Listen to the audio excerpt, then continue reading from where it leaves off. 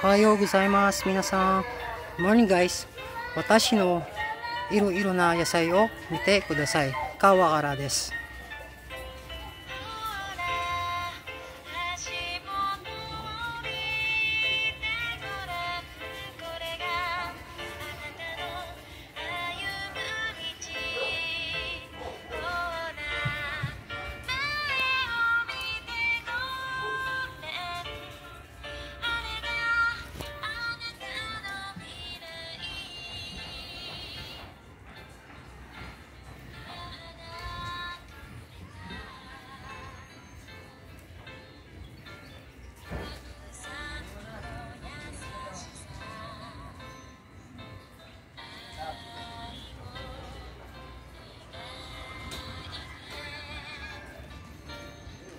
Yung mga talong ko dito guys, tinransfer ko doon banda. Mamaya makikita nyo sa video guys.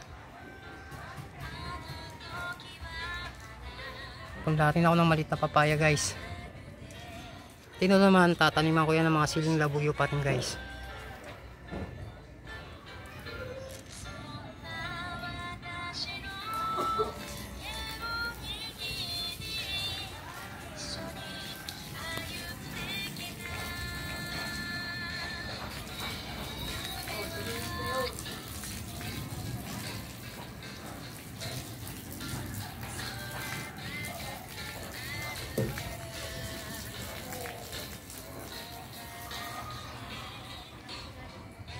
Hanggang ngayon marami pa rin bunga na talong nasa taas.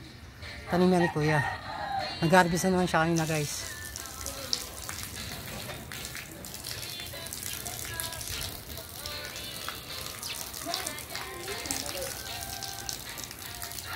Ngayon ang palaya ko. Napakalusog. Simula na siyang magbunga guys.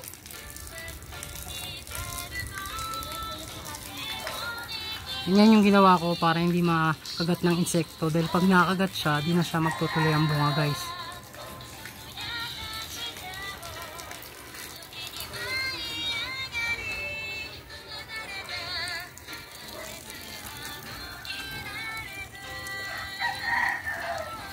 Kaya kung magtatanim kayo ng ampalaya at nagkabunga, kakaroon kayo ng idea na gayahin ito guys. Para tuluyan siyang lumaki at walang makakabala sa kanya.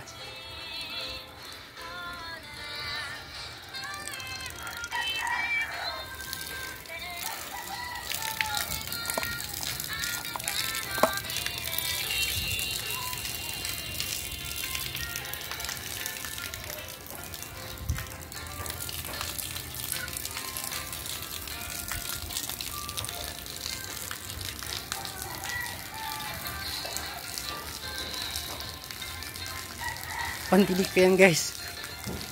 Ito na yung mga talong na nilipat ko dito para lalo silang mainitan at patuloy na lumaki at lumanda at magbigay ng bunga syempre.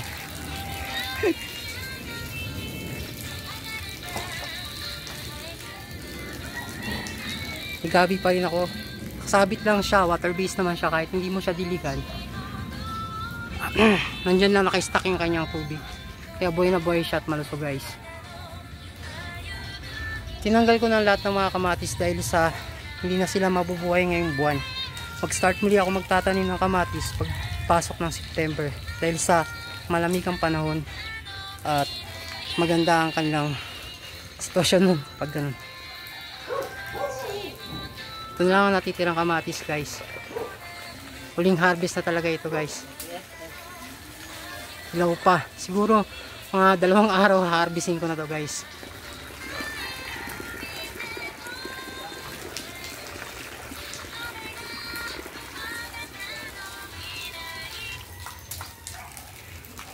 Thank you for watching guys.